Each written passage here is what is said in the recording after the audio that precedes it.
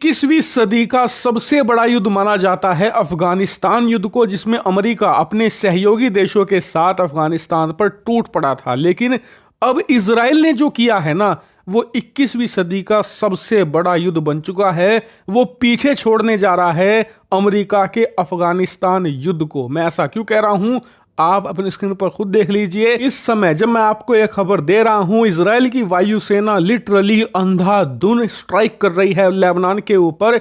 और इतना ही नहीं, इसमें जो हिजबुल्लाह के कमांडर हैं, हिजबुल्लाह के लड़ाके हैं, वो तो मारे ही जा रहे हैं। लेकिन रिपोर्ट्स ये आई हैं जो वेस्टर्न मीडिया ने खुद दी है कि कम से कम 600 आम नागरिक मारे जा चुके हैं आज सिर्फ एक दिन में, जिसमें कई सारे बच्चे भी हैं। और उससे भी ज्यादा चिंताजनक बात यह है कि लेबनान एक छोटा सा देश है और इसकी आबादी मुश्किल से 60-65 लाख है।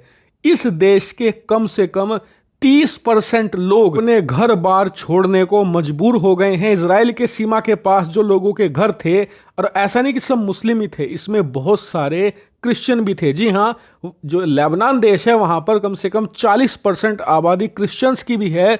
वो भी अपने घर छोड़ने को मजबूर हैं। वो इजराइल की सीमा के पास अपने गांव कस्बे छोड़ छोड़कर उत्तरी लेबनान है, जो कि दूर है इजराइल से और काफी सुरक्षित है, वहां भाग रहे हैं अपने घर वगैरह छोड़कर अपने बच्चों को लेकर। और इतना ही नहीं, उससे भी चिंताजनक बात यह है कि रिपोर्ट आई है कि पिछले 72 से 48 घंटों में 10% से ज्यादा लेबनानीज अपना देश छोड़कर दूसरे देशों में शरण लेने को मजबूर है। लेकिन बात यहां खत्म हो जाती तो शायद आगे इतनी ना बढ़ती। लेकिन अब इजराइल के डिफेंस मिनिस्टर ने ऐलान कर दिया है कि इन हवाई हमलों से भी अगर हिजबुल्लाह के कमांडर नहीं रुके और इजराइल के ऊपर रॉकेट अटैक करने की कोशिश करी तो वो अपनी ग्राउंड फोर्स उतार देंगे लेबनान के अंदर। और बताया जा रहा है कि इस समय इजराइल की जो सेना है वो एक्चुअल में तैयारी कर रही है लेबनान के अंदर घुसकर जमीनी हमला करने की और लेबनान की जमीन पर कब्जा करने की। जी हां,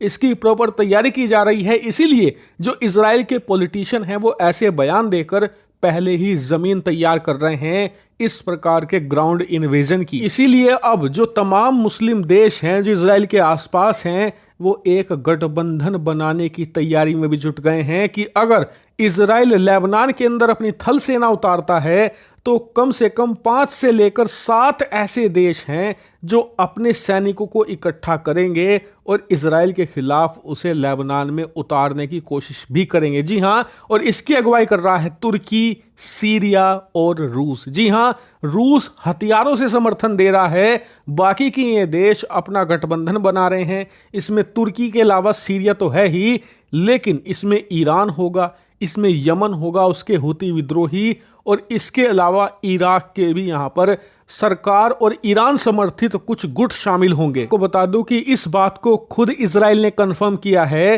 कि जो ये तमाम उसके पड़ोसी देश हैं, खासकर कि सीरिया, इराक वगैरह, ये कम से कम 50,000 के करीब ऐसे लड़ाकों को इकट्ठा कर रहे हैं जो कि लेबनान से लड़ेंगे इजराइल के खिलाफ। इसलिए इस बात के अब बहुत हाई चांसेस हैं कि इजराइल जो इस समय 2 फ्रंट की वार लड़ रहा है, एक फ्रंट है हमास का, दूसरा है हिजबुल्लाह का, अगर ये लड़ाई 5 या 7 या फिर 8 फ्रंट की भी हो जाए, यानी कि 8 देश और अलग अलग गुटों से लड़ाई शुरू हो जाए इजराइल की, तो बिल्कुल भी आश्चर्यचकित मत होना कि कई लोग कह सकते हैं कि कोई चिंता की बात नहीं, इजराइल अब से 20 साल पहले इन देशों को 6-7 इकट्ठा करके हरा चुका है। लेकिन उस समय और आज के समय में बहुत अंतर है।